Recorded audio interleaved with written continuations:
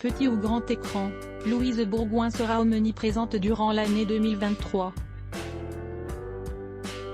On retrouvera prochainement la comédienne dans la 3e saison de la série Hippocrate, dans le rôle de Chloé Antowska, mais aussi au cinéma dans « C'est mon homme » de Guillaume Bureau, Le médium de Manu Lascar, Anti-soi de Nicolas Silol ou encore Un métier sérieux de Thomas Litly.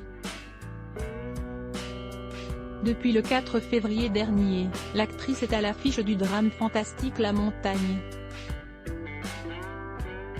Et on peut dire que ce tournage n'a pas été de tout repos. C'est ce qu'elle a raconté, en tout cas, lors de « Passage dans l'émission La bande originale » sur France Inter. La poudreuse, les descentes en luge et autres, fondue savoyarde, pas forcément son truc. Je n'étais jamais allée de ma vie au sport d'hiver. Je ne sais même pas skier, explique Louise Bourgoin.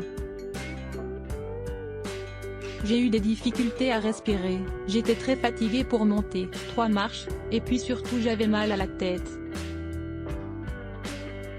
Les sacrifices pour que sa carrière atteigne des sommets ne lui font pas peur.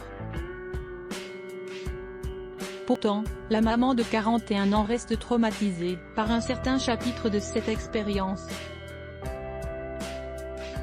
Ça m'a beaucoup marqué en se rendant dans les Alpes, à plus de 3500 mètres d'altitude, pour tourner avec Thomas Salvador. Louise Bourgoin a effectivement été confrontée à un véritable drame. On est monté avec l'équipe et 2 autres personnes que l'on ne connaissait pas, et quand on est redescendu le soir, elle n'y était pas, raconte-t-elle.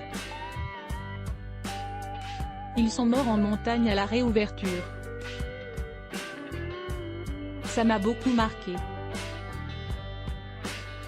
Il y a beaucoup de sports extrêmes, beaucoup de gens qui se filment à la GoPro, qui font des trucs très à risque pour les images et qui en meurent parfois. En compétition lors de la dernière édition du Festival international du film fantastique de Gérard May, en janvier 2023, le long-métrage de Thomas Salvador raconte l'histoire de Pierre, ingénieur parisien, qui se rend dans les Alpes pour son travail.